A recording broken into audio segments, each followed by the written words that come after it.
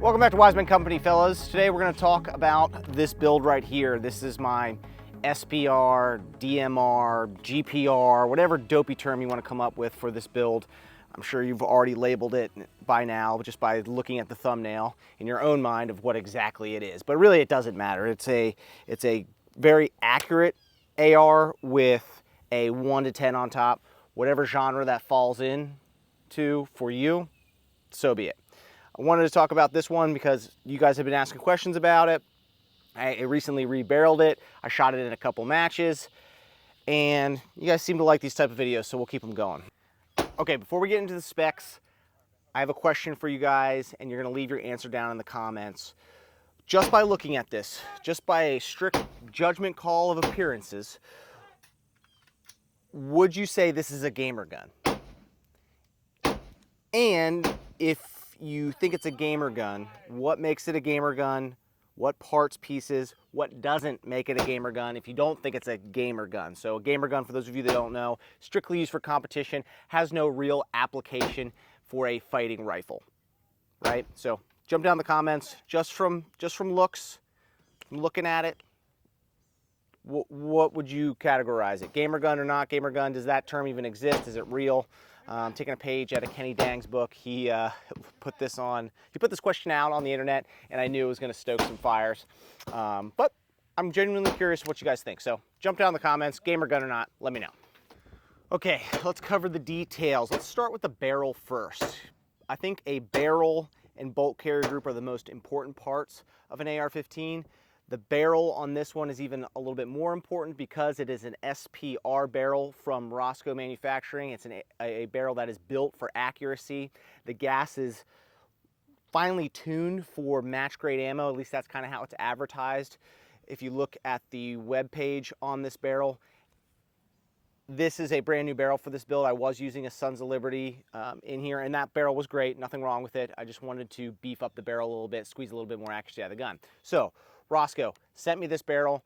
It's 16 inches, mid-length gas. It is a 223 Wild 1 in 8 twist, and it is very accurate. It groups extremely well, and it is very, very soft to shoot. Back to that gas port on top, they've sized it perfectly, and it is very, very soft. I really, really like this barrel. As you can see, it's green. I Cerakoted it green because it's a stainless barrel. On the outside, it was stainless steel, so I didn't want it to rust, and I don't like the shiny stuff on my AR-15s. You'll never catch me with like red anodization on anything. So I just painted it green. Not a big deal, all right? It looks kind of cool, and it eventually will wear off, and then I'll eventually repaint it. But barrel so far, really great. Probably 300 to 500 rounds through it. Awesome barrel. They come in a number of sizes. I think you can get them in 13.9, 16 inches, and 18 inches. Check them out. Really, really like mine. This is the 16-incher. Is a great pickup, a great addition to this rifle for sure. Accuracy has increased, and it shoots a lot softer. On the end of it, I have a Griffin Armament muzzle brake. You could run their can. If their can would screw right onto it. I don't have a Griffin can. I just like the brake. It mitigates recoil. But if you had a Griffin can, you could thread that right onto the end there. Okay, at the back here, I have a Magpul PRS Lite stock. This is a slimmed down, simplified version of their PRS stock that they have out. It is lighter, significantly lighter than their PRS stock. That's why they call it the PRS Lite.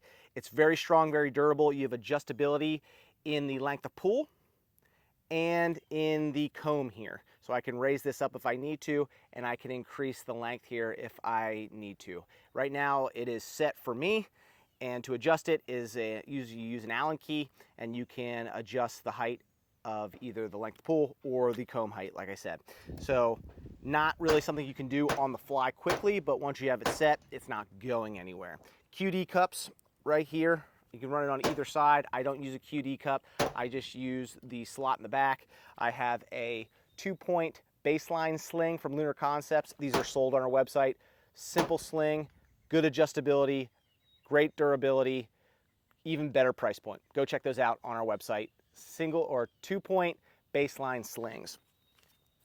Moving forward, I have a ambi charging handle, and this one is from Ballistic Advantage. I'm pretty sure Radian made it for them.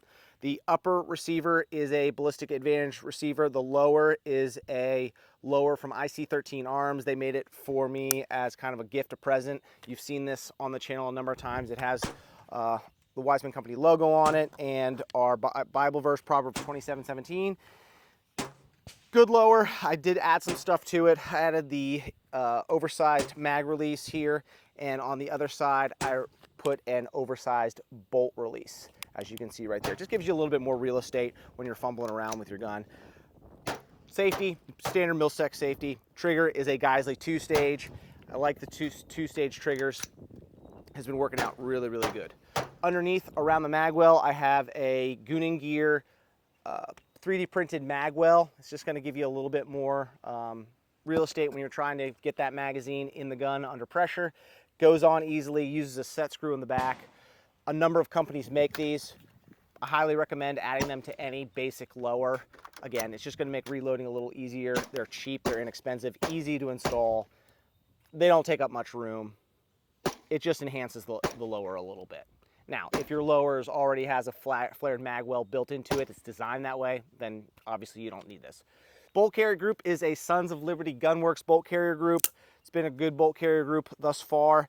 No issues to complain about. I haven't run this gun suppressed much. Just keep oil in this bolt carrier group, wipe it down once in a while. No real solid maintenance on it. It's been great. This has been the original BCG in here from this upper's conception. So Sons of Liberty makes great stuff. You all know that. It's priced right too, so can't go wrong with Sons of Liberty Gunworks.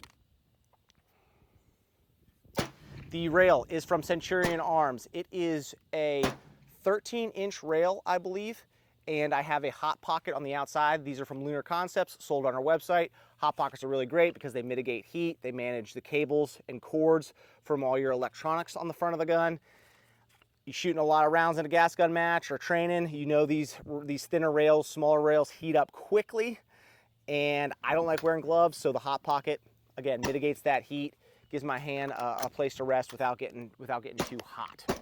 Lastly, on the front, I have a Magpul bipod. Not in love with this. They're not the best bipods in the world. They're inexpensive, but they're not great. I would prefer a Harris bipod or an Atlas bipod.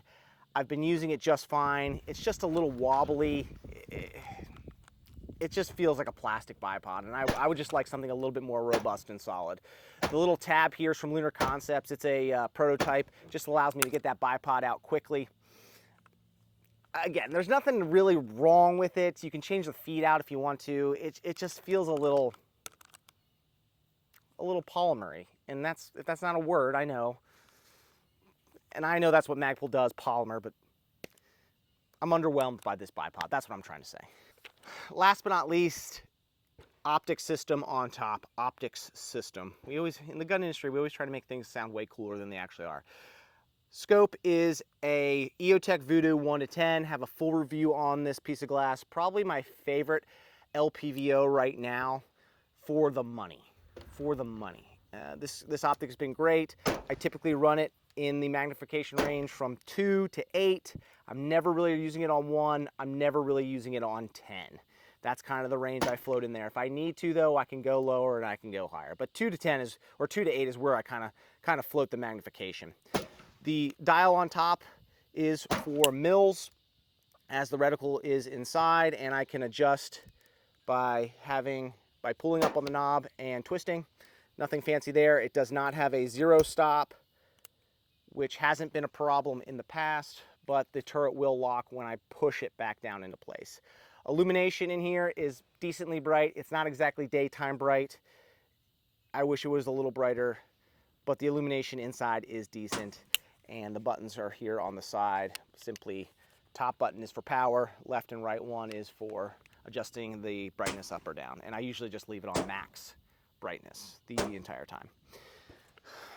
It's in a Reptilla mount, and the Reptilla mount has a spot on top of it, on top of the ring, for a Steiner MPS. I could run an Acro on this mount as well, but I chose the Steiner MPS. It has been wonderful.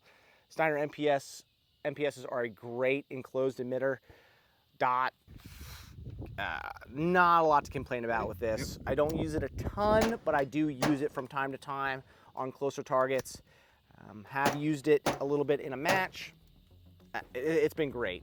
Okay, fellas, there it is. My DMR slash SPR slash GPR slash just another boring AR-15. Let me know what you think down in the comments. Don't forget to answer that question, gamer gun or not. Is gamer gun an actual thing? It's all opinion, right?